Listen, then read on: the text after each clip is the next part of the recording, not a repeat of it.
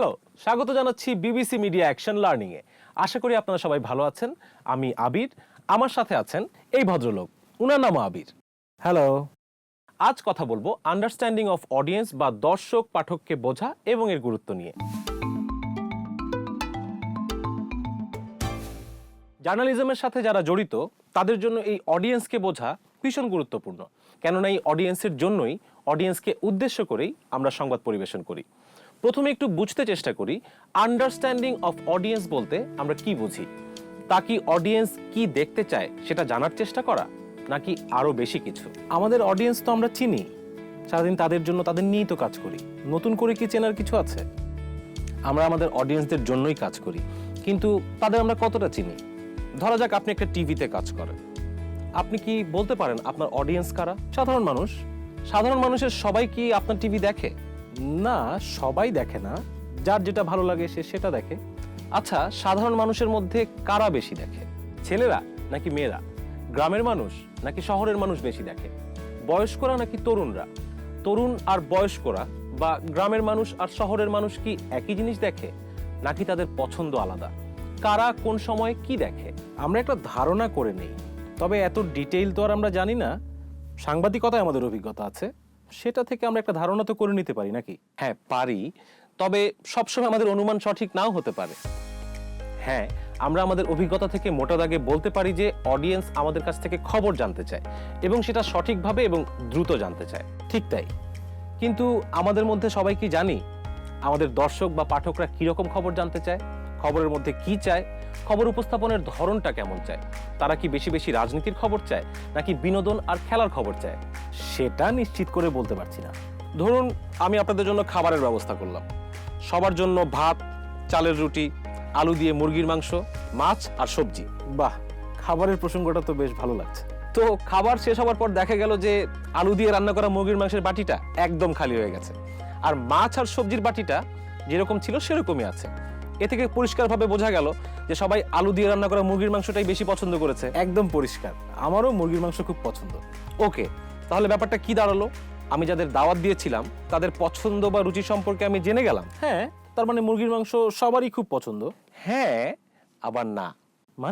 মানে হলো আমি শুধু জানলাম যে খাবারগুলো দিয়েছি সেগুলোর মধ্যে মানুষ মুরগির মাংসের তরকারিটা পছন্দ করেছে। যদি মুরগির মাংসের সাথে হাঁসের মাংস বা কবুতরের মাংস থাকতো তাহলে কি সবাই মুরগির মাংস বেশি পছন্দ করত? আমি যদি দাওয়াতের আগেই জিজ্ঞেস করতাম আপনারা ভাত বা চালের রুটির সাথে কি খেতে পছন্দ করেন, তাহলে কি আমি আরো ভালো মতো তাদের পছন্দ সম্পর্কে জানতে পারতাম না? অবশ্যই। হ্যাঁ, অডিয়েন্সকে বোঝার ব্যাপারটাও খানিকটা একই রকম। তাদের কাছ থেকেই জানতে চাওয়া যে তারা কোথায় থাকে, কি করে, আমাদের কাছ থেকে তারা কি চায়, কিভাবে চায়, তারা কি পছন্দ করে, তারা কি অপছন্দ করে, এরকম সব তথ্য জানাটাই অডিয়েন্স বোঝার অন্যতম একটা কাজ। মানে অডিয়েন্সের পছন্দ অপছন্দের ব্যাপারটা অনুমান করে নেওয়ার চেয়ে বরং তাদের কাছ থেকেই তাদের চাওয়া, পছন্দ, অপছন্দগুলো জেনে নিতে হবে। তাদের পছন্দ অনুযায়ী যখন আমরা কন্টেন্ট বাছাই করব, প্রচার করব, তখন অবশ্যই তারা দেখবে। তাই অডিয়েন্স সম্পর্কে জানা, তার পছন্দ অপছন্দ বুঝে নেওয়া আমাদের জন্য খুবই গুরুত্বপূর্ণ। আসলেই তো ব্যাপারটা গুরুত্বপূর্ণ। গ্রেট। অডিয়েন্সকে বোঝার এই ব্যাপারটাই অডিয়েন্স রিসার্চের মাধ্যমে করা হয়। চলুন এবার দেখে আসি কে কিভাবে অডিয়েন্স রিসার্চকে কাজে লাগাচ্ছে এবং সেগুলোর সাথে আমাদের জানা অজানাগুলো একটু মিলিয়ে নেই।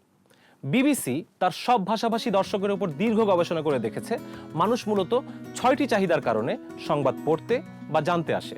এগুলি হলো update me, inspire me, divert me, educate me, give me perspective এবং কিপ মি অন ট্রেন্ড, যাকে বলা হচ্ছে 6 হুইল। এই বিষয়টা আমরা পাবলিক ইন্টারেস্ট জার্নালিজম বিষয়ক ভিডিওতে ডিটেইল আলোচনা করেছি, চাইলে দেখে নিতে পারেন। আচ্ছা, তবু একটু বলেন। হ্যাঁ বলছি। আপডেট মি হলো সবশেষ কি ঘটলো সেটা নিয়ে নিউজ। ইন্সপায়ার মি হলো যেই খবর মানুষকে অনুপ্রাণিত করে। ডাইভার্ট মি মানে মানুষ কোনো একটা নিউজের ভিন্ন অ্যাঙ্গেল জানতে চায়। এডুকেট মি হলো কোনো নিউজ থেকে মানুষের শেখার বা জানার ইচ্ছা। গিভ মি পার্সপেক্টিভ মানে কোনো খবরের পার্সপেক্টিভ কি, খবরের ব্যাকগ্রাউন্ড বা ঘটনার পেছনের তথ্য জানতে চাওয়া। আর কিপ মি অন ট্রেন্ড মানে বুঝতেই পারছেন মানুষ জানতে চায় এখনকার ট্রেন্ড কি। বাহ, ব্যাপারটা তো খুবই ইন্টারেস্টিং। তারপর? আসলে ইন্টারেস্টিং।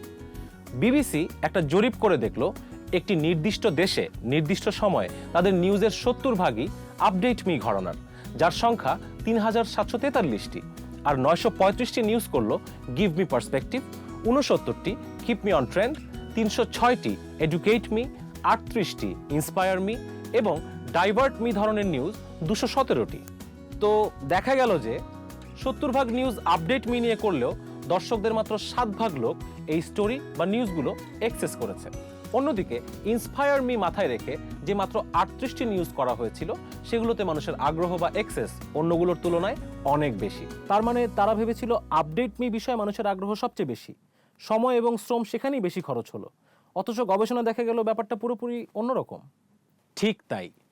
এ থেকে বিবিসি ওই নির্দিষ্ট দেশে যে পরিবর্তনটা করলো, তারা আপডেট মি বা কারেন্ট অ্যাফেয়ার্স নিয়ে স্টোরি বা নিউজ করার পাশাপাশি অন্যরকম স্টোরি বা নিউজ করার পরিমাণ বাড়িয়ে দিল এবং সাথে সাথে তাদের অডিয়েন্স অনেক বেশি বেড়ে গেল। আমাদের এখানেও তো আমরা ভাবি মানুষ বেশিরভাগ সময় আপডেট মি বা কারেন্ট অ্যাফেয়ার্স টাইপের খবরই বেশি জানতে চায়, আমরা প্রচারও করি তাই, কিন্তু আসলে তা না। ইয়েস, কিন্তু ওই দেশের ক্ষেত্রে যেমনটা ঘটেছে আমাদের ক্ষেত্রে এমনটা নাও ঘটতে পারে। এটা ওই দেশের অডিয়েন্সের চাহিদা।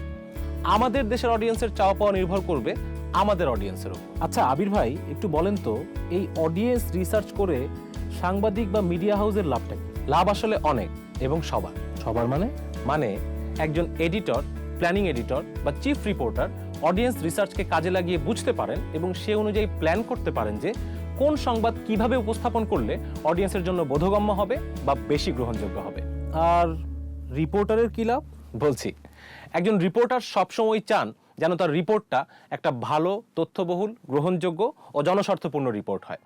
রিপোর্টার যদি অডিয়েন্স রিসার্চের ফলাফল জেনে অডিয়েন্সের আগ্রহ অনুযায়ী রিপোর্ট তৈরি করেন, স্টোরি ডিজাইন করেন এবং ফিল্ড থেকেও সেই বিষয় বা তথ্যগুলো নিয়ে আসেন, তাহলে সেই নিউজ যেমন জনপ্রিয় হওয়ার সম্ভাবনা বাড়ে, তেমনি তার নিজের কাজের প্রসারের ক্ষেত্রেও তিনি অগ্রসর হতে পারেন। চমৎকার। তবে প্রতিষ্ঠানের কি লাভ? মানে আর্থিক ব্যাপারটাও তো বিবেচনা রাখা দরকার। অবশ্যই। প্রতিষ্ঠানের লাভের ব্যাপারে কথা বলতে গেলে কয়েকটা বিষয় নিয়ে কথা বলতে হয়। যদি প্রতিষ্ঠান তার অডিয়েন্সকে ভালোমতো জানতে বা বুঝতে পারে, তাহলে প্রতিষ্ঠান তার প্রতিটি কন্টেন্ট টার্গেট অডিয়েন্সের ভালো লাগা বা খারাপ লাগাকে মাথায় রেখে প্রচার করতে পারে। তাহলে অডিয়েন্স যেমন বাড়বে এবং সে অনুযায়ী বিজ্ঞাপনও আসবে। একটু বুঝিয়ে বলুন তো। যেমন ধরুন, আমরা জানি আমাদের অনেক ইয়াং অডিয়েন্স আছে, কিন্তু সবার পছন্দ একরকম নাও হতে পারে। আমরা অডিয়েন্স রিসার্চের মাধ্যমে যদি জানতে পারি শহরের বা গ্রামের এই বয়সের ছেলে বা মেয়ে অডিয়েন্স বেশিরভাগ সময় কি দেখতে বা পড়তে পছন্দ করে এবং কোন সময় তারা সোশ্যাল মিডিয়ায় সক্রিয় থাকে, তাহলে যাদের আমরা টার্গেট অডিয়েন্স ভাববো, আমরা তাদের পছন্দের সময় মতো তাদের পছন্দের প্রোগ্রামটা প্রচার করতে পারবো। আপনি ঠিক বলেছেন। তাহলে প্রচার যেমন বাড়বে, তেমনি প্রতিষ্ঠানের আয়ও বাড়বে। আর আপনি তো জানেন টকশো জাতীয় অনুষ্ঠানগুলোতে সিমেন্টের বিজ্ঞাপন কেন বেশি আসে? হ্যাঁ, কারণ এই ধরনের প্রোগ্রামগুলো তো বয়স্ক মানুষেরাই বেশি দেখেন, আর বাড়ি বানানোর সক্ষমতা বা আগ্রহ তো তাদেরই বেশি থাকে। এক্স্যাক্টলি। এখন আমি যদি জানি আমার কোন প্রোগ্রাম কোন ধরনের মানুষ বেশি দেখে, তাহলে আমার রিসার্চ ফাইন্ডিং এর মাধ্যমে বিজ্ঞাপনের যথাযথ জায়গা বের করে বিজ্ঞাপনদাতাদের বলতে পারবো। সেক্ষেত্রে বিজ্ঞাপন বাড়বে, নতুন বিজ্ঞাপন আসবে এবং বিজ্ঞাপনের দাম বাড়বে। তাই তো। তাহলে আমরা অডিয়েন্স রিসার্চের মাধ্যমে অডিয়েন্সের পছন্দ অপছন্দ যদি জেনে নিতে পারি এবং সেই অনুযায়ী কন্টেন্ট তৈরি করে তাদের পছন্দের সময় প্রচার করতে পারি, তাহলে আমাদের কন্টেন্টের জনপ্রিয়তা বাড়বে। হ্যাঁ, ফলে অডিয়েন্সের আগ্রহও বাড়বে, আর অডিয়েন্সের আগ্রহ বাড়লে প্রতিষ্ঠানও লাভজনক হয়ে উঠবে। তো এই ভিডিওতে আমরা কথা বললাম অডিয়েন্স রিসার্চ নিয়ে এবং বোঝার চেষ্টা করলাম অডিয়েন্স রিসার্চ করাটা কেন জরুরি এবং করলে আমরা কিভাবে লাভবান হতে পারি। আজকের মতো বিদায়। দেখা হবে নতুন কোনো ভিডিওতে নতুন কোনো বিষয় নিয়ে। টাটা।